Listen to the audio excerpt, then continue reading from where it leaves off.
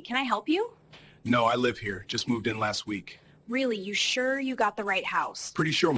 I'm calling the police. You look suspicious. You mean I look black? Maybe. Well, then you got police.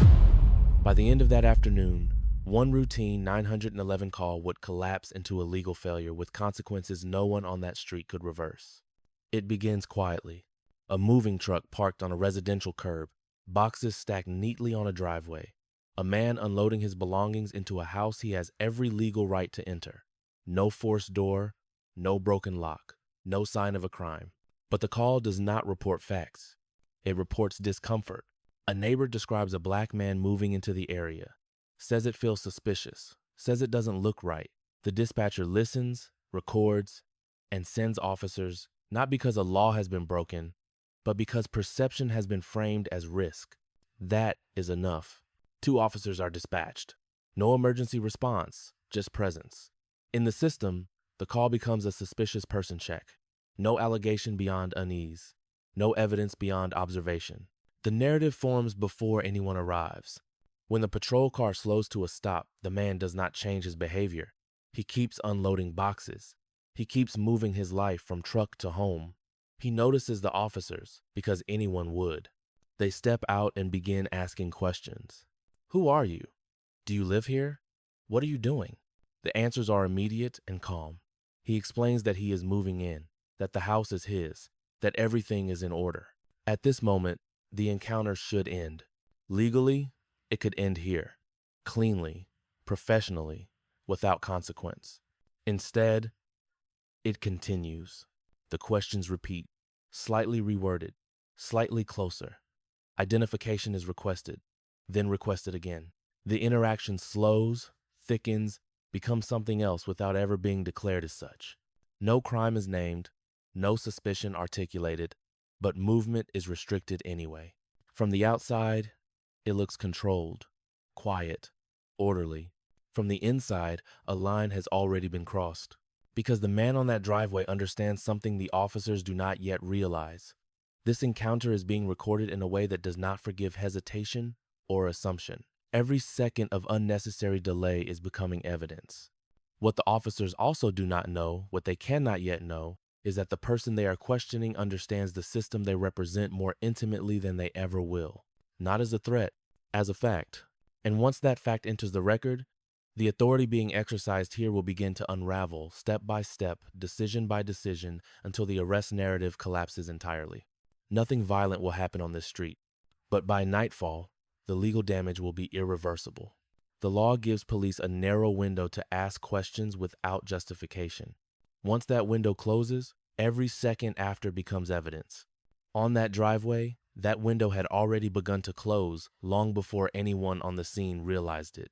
The officers continue asking questions, but the nature of those questions has changed. What began as an inquiry now feels like a test, not of facts, but of compliance.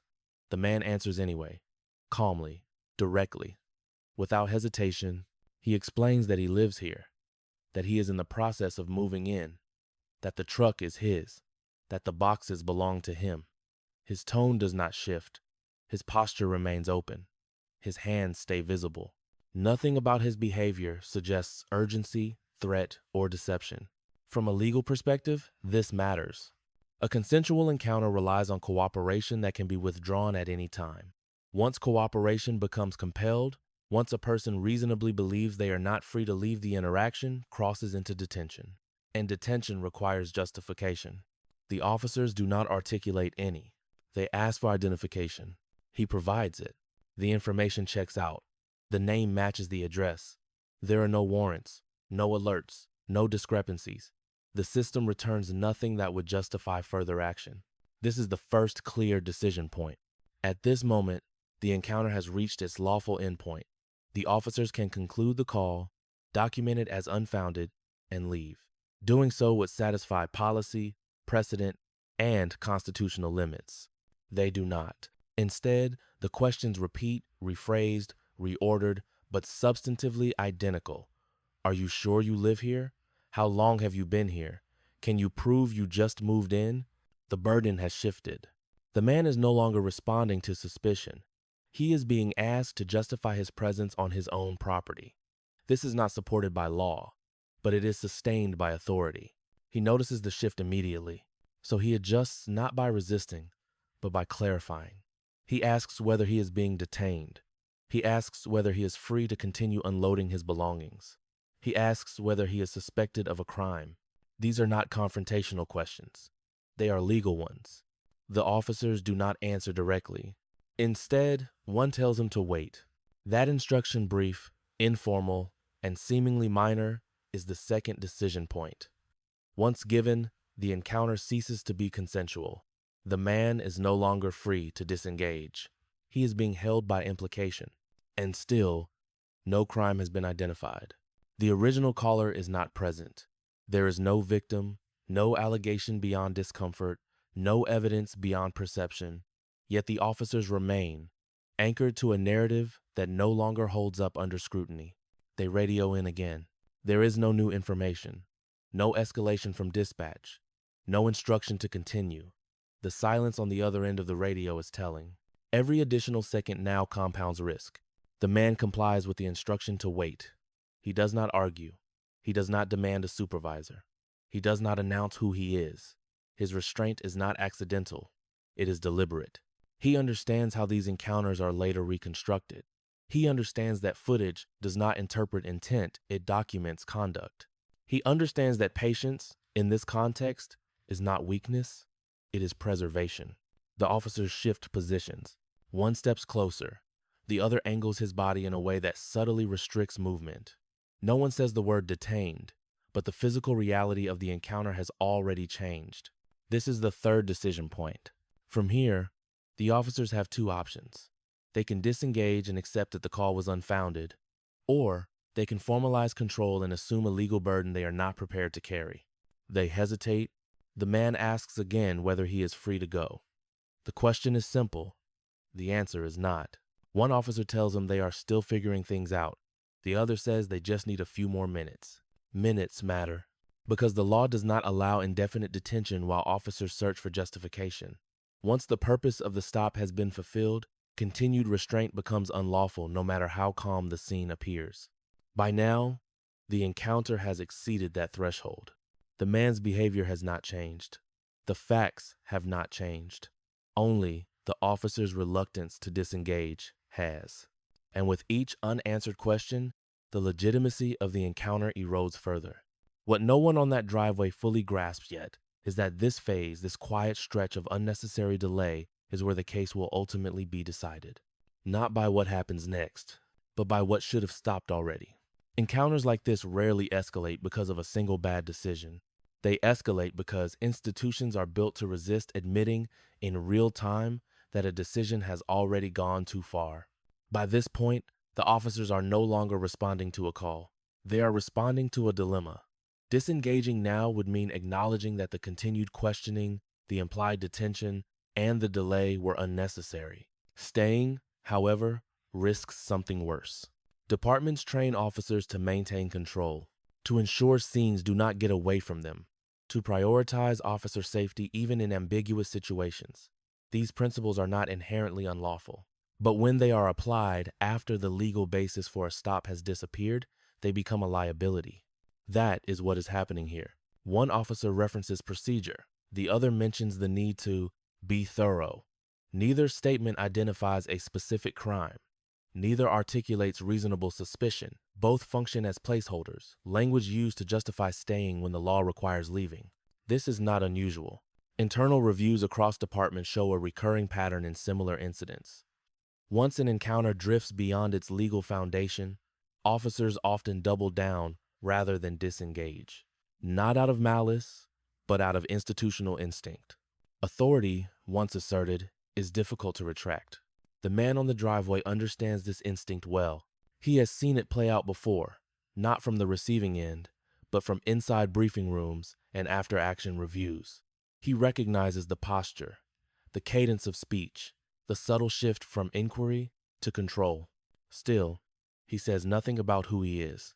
Because the law does not require him to, the officers ask him to step away from the truck. They frame it as a safety measure. There is no articulated threat, no mention of a weapon, no sudden movement that would justify concern. The request is procedural, not factual. This is the fourth decision point. By complying, the man avoids escalation, but the request itself further restricts his freedom of movement. It tightens the encounter without supplying legal justification. Each small step, taken alone, might appear defensible. Together, they form a detention that cannot be squared with policy or precedent. From a departmental perspective, this is where exposure begins to solidify. Footage from incidents like this is rarely damning because of violence.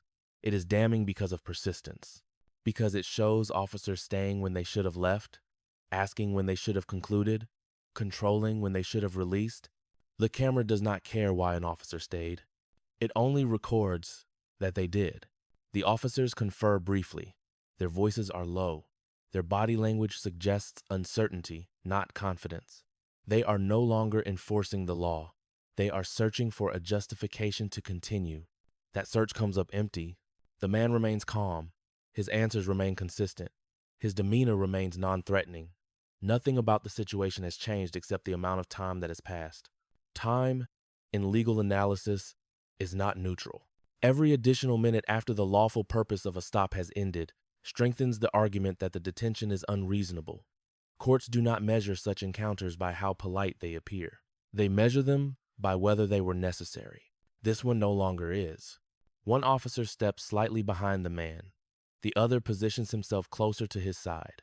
The formation is subtle but deliberate. It limits movement without declaring an arrest. This is the fifth decision point. At this moment, the officers still have an exit. They can step back. They can explain that the call was unfounded. They can restore the man's freedom without further consequence. But that exit requires acknowledgement.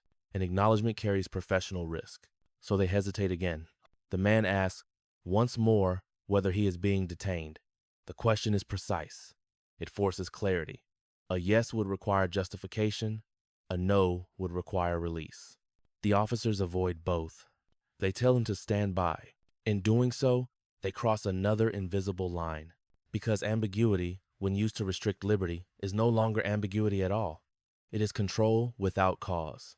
What none of them say aloud, but what the footage will later make unmistakable, is that the department's safeguards are no longer protecting anyone. They are being bypassed by inertia. And once that happens, the outcome becomes less about intent and more about inevitability. This encounter is no longer drifting. It is settling into a record that will be impossible to defend. The escalation does not announce itself. There is no raised voice to mark the moment, no physical struggle, no command shouted loudly enough to draw attention from neighboring houses.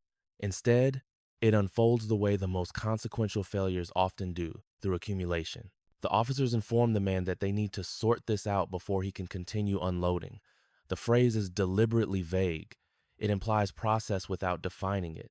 It suggests that resolution exists somewhere ahead, just out of reach. This is the sixth decision point. Legally, the encounter has already exceeded its purpose. The call has been addressed. Identity has been confirmed. No crime has been articulated. The constitutional justification for continued restraint no longer exists. And yet, restraint continues. One officer steps closer. The other shifts his position slightly behind the man. The formation is not aggressive, but it is unmistakable. It narrows the space around him. It communicates control without declaring it. From a distance, the scene still appears calm. Up close, it has hardened. The man notices the change immediately. He understands what this posture signals not just in practice, but in consequence. He knows how encounters like this are later described in reports, how language is used to retroactively justify decisions made without cause. So he speaks carefully. He asks, again, whether he is being detained. He asks whether there is a legal reason he cannot continue moving his belongings into his home. He asks whether he is suspected of committing a crime. Each question is measured. Each one forces clarity. The officers do not provide it. Instead, one of them says they are still investigating the call. The other says they need him to stand by for a moment. Neither response identifies reasonable suspicion. Neither establishes probable cause. Both rely on ambiguity to preserve authority. This is the seventh decision point. The law is not ambiguous here. An officer may not prolong a stop beyond the time reasonably required to complete its mission. That mission ended minutes ago. What remains is hesitation. And hesitation, in policing, carries weight. The man complies with the instruction to wait. He does not argue. He does not demand a supervisor. He does not announce his identity. His restraint is intentional. He understands that every second he remains stationary at the officer's direction deepens the record against them. That compliance, in this context, does not weaken his position. It strengthens it. One officer radios in again. The transmission is brief. There is no new information, no escalation from dispatch, no directive to continue. The silence on the other end of the radio is telling. By now, the officers are no longer gathering information. They are deciding whether to acknowledge that the encounter should have ended or to formalize control and assume a legal burden they cannot meet. They choose the latter. One officer tells the man that he is being detained. The word lands heavily, even though it is spoken calmly. Detention is no longer implied. It is declared. And with that declaration, the officers assume obligations they cannot satisfy. Because detention requires justification, and justification requires facts. The man asks what crime he is suspected of committing. The question is direct. The answer is not. The officer references the call again, mentions concern, cites procedure. None of it rises to the level required by law. None of it would withstand scrutiny in a courtroom or an internal review. But the declaration has already been made. This is the point of no return. From here, every action compounds exposure. Disengaging now would require admitting that the detention itself was improper. Continuing forward risks something worse. They continue. One officer states that, for officer safety, a search is necessary. The justification is reflexive, not factual. There has been no indication of a weapon, no sudden movement, no threatening behavior. The search is framed as routine because routine is easier to defend than error. This is the 8th decision point. The man responds with precision. He states clearly that he does not consent to a search. He also states that he will not resist. His language is exact. His tone remains even. The officers proceed anyway. At this moment, the encounter crosses from questionable to untenable because the law is explicit about searches conducted without cause, and the footage steady, continuous, indifferent to intent records every second. The man's demeanor does not change, but the officers does. Their movements slow. Their voices become more careful. The confidence that marked the earlier stages of the encounter begins to erode. Something is shifting, even if they do not yet name it. What they still do not know, what they cannot yet know, is that the person they are detaining has spent years reviewing footage just like this. In training rooms, in internal investigations, in moments where careers turned on details no one noticed at the time. He recognizes the posture, the phrasing, the sequence. He knows exactly where this leads. And he knows that once the next piece of information enters the record, there will be no way to contain the consequences. The street remains quiet. The boxes remain untouched. The house remains unchanged. But legally, the ground has already collapsed beneath the encounter. What follows will not be decided by emotion, outrage, or force. It will be decided by the record. There is a pause. No one announces it. No command marks its arrival, but it settles over the scene all the same, changing its gravity. The officers stop moving. The man stops speaking. For a moment, everything holds. This is the silence moment. In that stillness, the encounter shifts, not on the street, but in the record. Because silence, when captured on camera, carries meaning. It marks the instant when uncertainty gives way to recognition. One of the officers looks again at the identification, not casually, deliberately.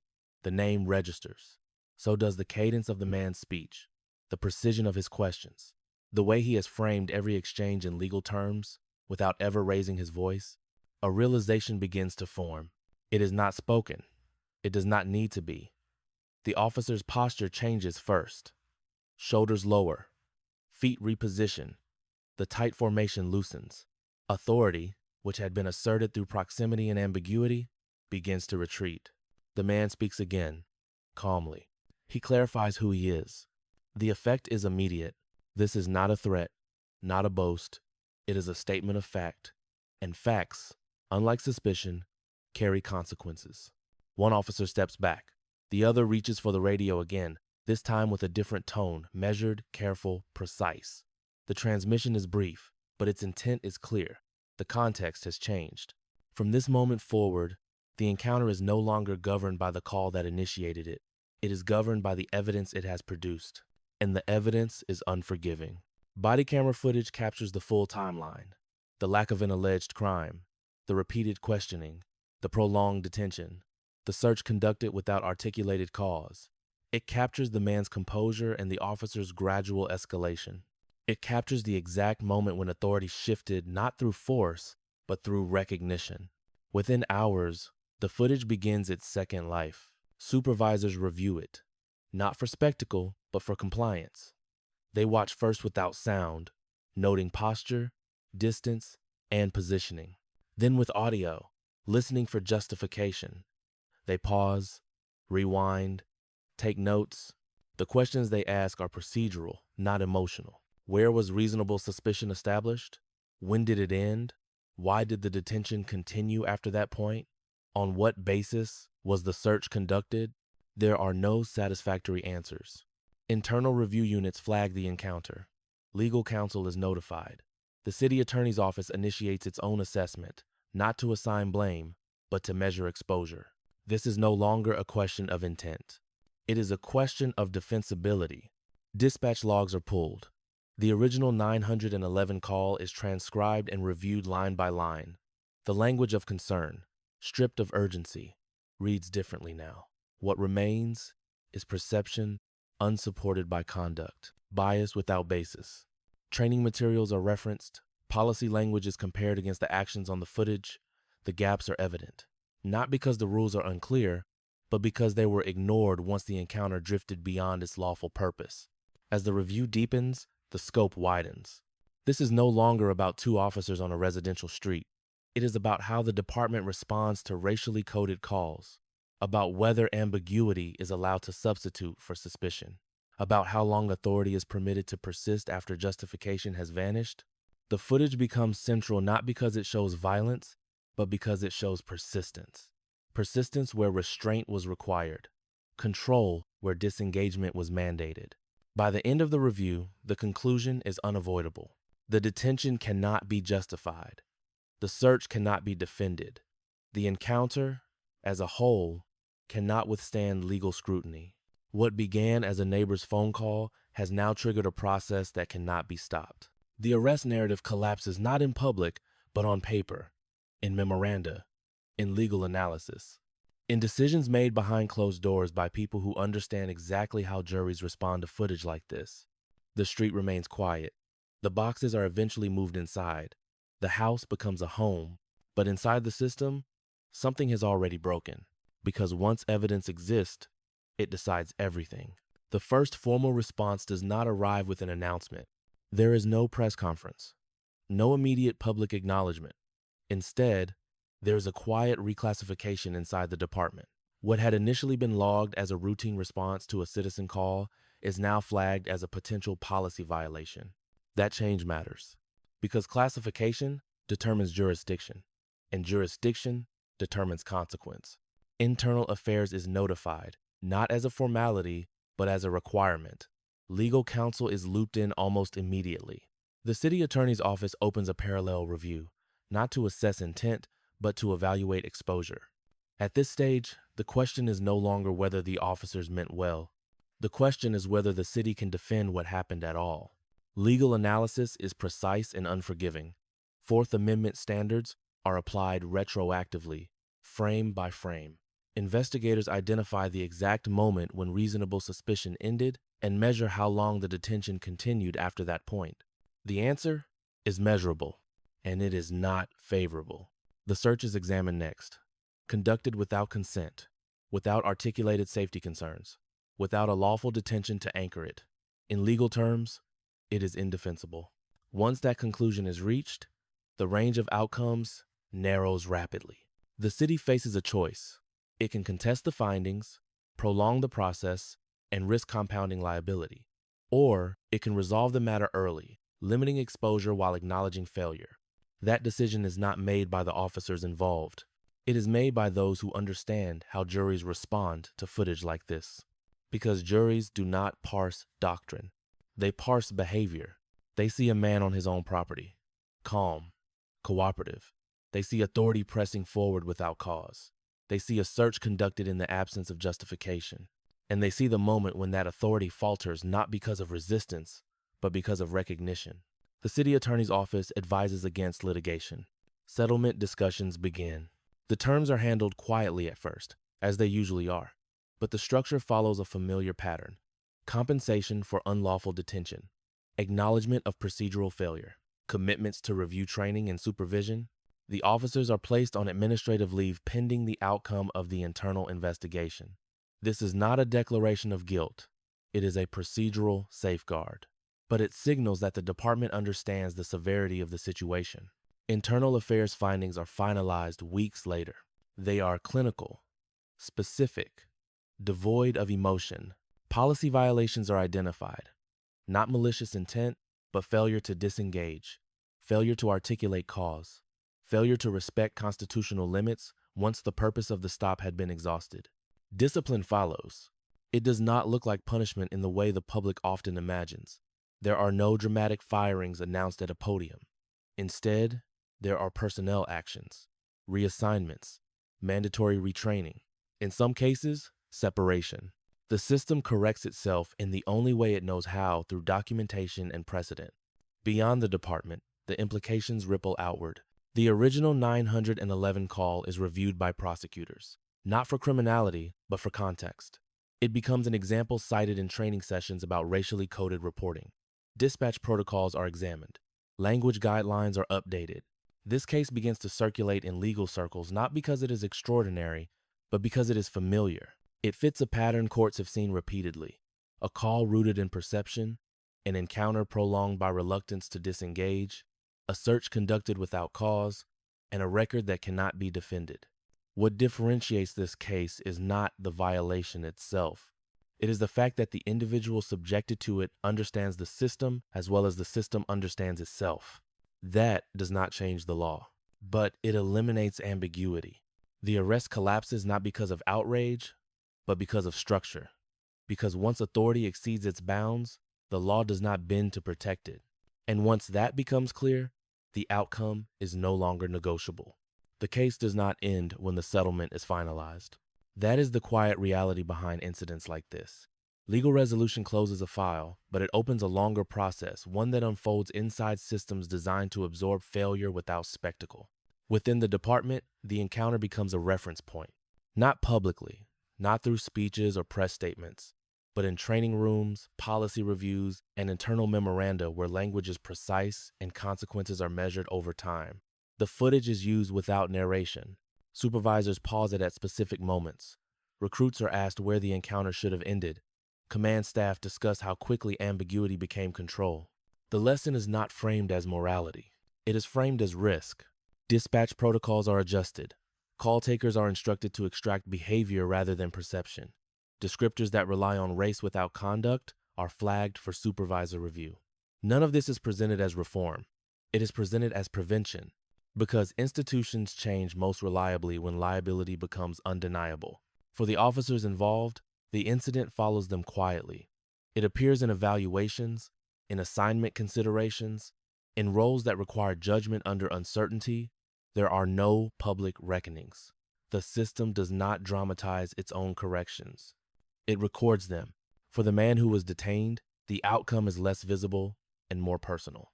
He returns to his life, to his work, to a home that should have been a place of arrival, not confrontation. He does not become a symbol. He does not seek attention. He does not need to. The record speaks for him. What lingers is not anger, but clarity.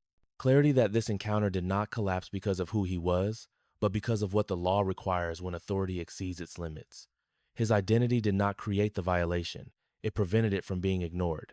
That distinction matters. Because the footage does not ask viewers to imagine a different outcome, it shows how easily the wrong one can occur and how fragile legitimacy becomes once it does. The original 911 call fades into obscurity. It is neither punished nor celebrated. It becomes data, Another entry in a system slowly learning where its edges are. The street remains quiet. The boxes are unpacked. The house fills with ordinary sounds. On the surface, nothing has changed. But beneath that surface, something has shifted. Not dramatically, not irreversibly, but enough to remind anyone watching that authority does not collapse when it is challenged. It collapses when it is exercised without justification and the record is allowed to speak.